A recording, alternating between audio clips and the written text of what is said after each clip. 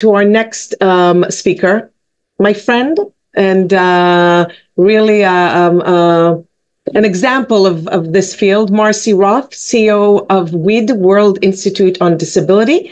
And she's going to be speaking with Dawn Skaggs, Director of Emergency Disaster and Climate Resilience of World Institute on Disability. And they will be talking about disability inclusive readiness and resilience for emergencies, crises, and threat. Direct. Please. Well, thank you very much, Michal, Yuval, and the entire Access Israel team. I'm Marcie Roth. I am the CEO of the World Institute on Disability. I'm an older, white, disabled woman with curly gray hair, wearing an embroidered black and white top with the logo of the World Institute on Disability, behind me. I want to really give a shout out to the Access Israel team for all of the work that you're doing and for jumping into this very important work and helping us to make this much more of a priority across the globe. This has been somewhat lonely work, and it's great to have others who are joining in. I also want to give great thanks to my friend Janet Lord for her ongoing leadership and for her for setting the stage today and her advocacy on the imperatives for implementing Article 11, also a somewhat ignored but critically important piece of the Convention on the Rights of Persons with Disabilities. So the World Institute on Disability is one of the first disability rights organizations founded and continually led by people with disabilities for the last 40 years. And it was founded by Judy Heumann, who sadly we are celebrating, recognizing, acknowledging the 1-year anniversary of her passing just 2 days ago.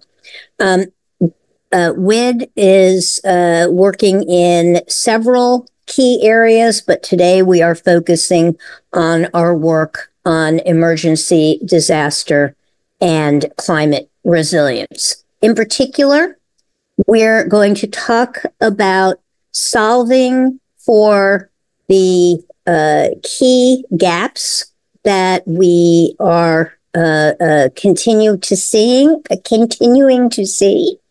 and for people with disabilities, again and again, left behind in evacuations, left out of inaccessible shelters, which are often the only safe place to retreat to. People are left alone without aid. They're left out of inaccessible transportation, left without any of the accommodations or necessities to survive. And this is due to a number of reasons, but primary among them is a lack of or understanding of inclusive planning, failing to build or plan shelters that are accessible, not having enough people who can assist or enough resources, and more than anything, there is a lack of knowledge by decision makers. And so, the work that we're doing is really shifting the paradigm from the sort of nice doing for people with disabilities and shifting to the much more useful and powerful doing with us and supporting the leadership of people with disabilities. Next slide, please. At the World Institute on Disability, the Emergency, Disaster, and Climate team, who have decades of experience in disability inclusive preparedness, response, recovery, reconstruction, we recognized that the ongoing failures of humanitarian actors never quite support those disability-led organizations in local communities, and donations go everywhere but to those local disability-led organizations. And so we established in 2020 the Global Alliance for Disaster Resource Acceleration. And we have had the opportunity to support many organizations led by people with disabilities over the last 4 years. And while I would love to talk about all of these efforts, I will say that we've really appreciated so many of the people who are here today, in addition to Access Israel, who have collaborated with us in moving away from the charitable model to a model in which donors are sharing resources directly with disability-led organizations. We are continuing to serve local disability-led organizations impacted by disasters in Ukraine, in Turkey and Syria, in Mexico, Haiti, and as well, we have requests for support in Israel, the Palestinian Federation of the Deaf, many other folks in really all corners of the world. And we have an accessible emergency operations center online at gadra.communityos.org that will give you more information. And now I'm going to turn to Dawn, who will talk about our direct program. Thank you very much for having us, and lead on, our friends from Access Israel. Lead on. Thank you, Marcie. I am Dawn Skaggs, and I am joining you from East Texas, but also from the World Institute on Disabilities, and very, very thrilled to be here. In the interest of time, I will keep my description and thank yous very, very short. I am a Caucasian woman with long gray hair that I have earned every bit of. And I have the same background as Marcie with a magenta background and the World Institute on Disabilities logo. I do wear glasses and have a few other accommodations that I use on a daily basis. But I'm not here to talk about me. I'm here to talk about the role that we have been privileged to have through the World Institute on Disabilities in engaging with partners of all kinds and really highlighting and focusing the disability-led partners. As Marcie said, our Global Alliance for Disaster Resource Acceleration is a global alliance of disability-led organizations. The partners that we have that are not disability-led organizations are really in a support role. Everything we do in those disaster responses is in response to and support of local disability-led organizations that are populated by individuals with disabilities.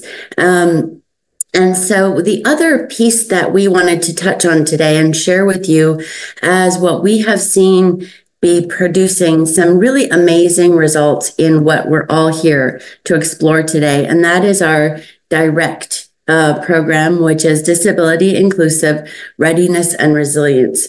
it is critical that individuals with disabilities are personally prepared.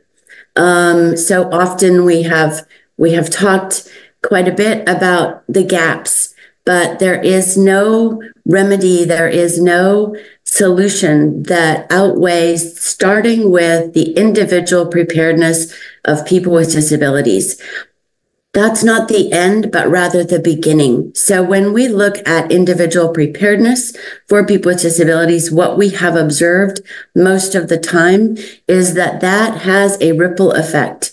People with disabilities who are personally prepared become force multipliers. And our direct program really builds from that. We realize, as Janet shared, that there needs to be engagement from leadership, from decision makers, from socioeconomic influencers in every community. And so by taking individuals who are personally prepared and allowing them to support the preparedness of corporations, foundations, community leadership organizations, we are then making force multipliers by allowing those organizations and corporations and leaders to do self-evaluation and really address, where are they inclusive? Where are the ways that they might be falling short in their accessibility goals? And then allowing them to get the support from the disability experts themselves to make a gap analysis, to then make a plan to remedy and remediate the gaps in their planning. Because as we have seen, if we have individuals who are personally prepared, but those plans do not align with the global community, then that's difficult for them. And we have inadvertently created an additional barrier. And so putting disabilities as the center nucleus of emergency preparedness planning, not as an add-on, but as the lead source for inclusive planning, is what this program does. We have found that that allows us to build from that disability expertise to create practical solutions where the disability community, as Access Israel regularly models for all of us, is when you begin with that leadership, you then expand the capacity, you expand the resilience and all of the readiness of your whole community, rather than leaving people with disabilities out and trying to add them on, which we all agree does not work. So that program is an example of what we have seen be successful. And in parting with you today, I'm going to share a couple examples of what we've actually seen in disasters when we promote the leadership of people with disabilities and disability-led organizations in preparedness and planning, in response, and in recovery, to make significant notable changes where things like Article 11 can actually be felt and exemplified in the community. So the first example is a story from Haiti, where we in Gadra reached out to support a very small disability-led organization working in support of their community after the earthquakes that they experienced.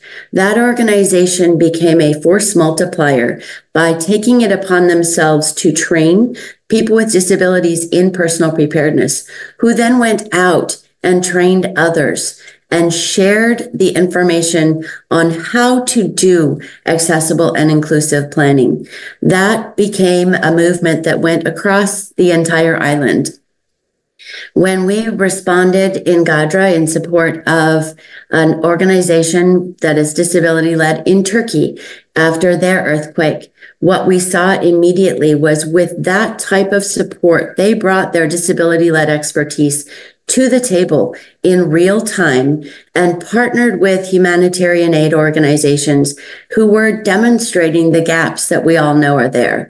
People with disabilities were being left behind, and they stepped in to be the model, to demonstrate how that can change, what different ways to do things can be when you actually respond by centering people with disabilities and not hoping that somehow they figure it out to get their needs met. And finally, when we responded through GADRA to Ukraine and the Russian invasion 2 years ago that happened there, we were in support of an organization called Fight for Right, who is still actively responding to the needs of their community. Fight for Right, with the support of GADRA, was able to evacuate thousands of people who otherwise were being left behind, not would have been left behind, but were being left behind. And after doing that, in conjunction with that, stepped into the more global space and took on the voice of leadership to their country, to their partner countries, to their partner organizations, and to the United Nations in general, demonstrating the leadership that can come from the disability community when we allow that opportunity to happen. And when we follow the voice of people with disabilities and disability-led organizations, how we can actually tangibly improve how things are done, not just for people with disabilities, but in response to and in support of that leadership for people with disabilities, to change the way all of community preparedness, response, and recovery can happen in the best way possible. And I will leave it with that. Perfect. And thank you very much for having us, Michael. And we are available to anyone on the call to further explore any conversations. Thank you so much. And of course, the presentation we will be able to send out with links to WID website. And I urge you, contact, share, join hands. Thank you very much.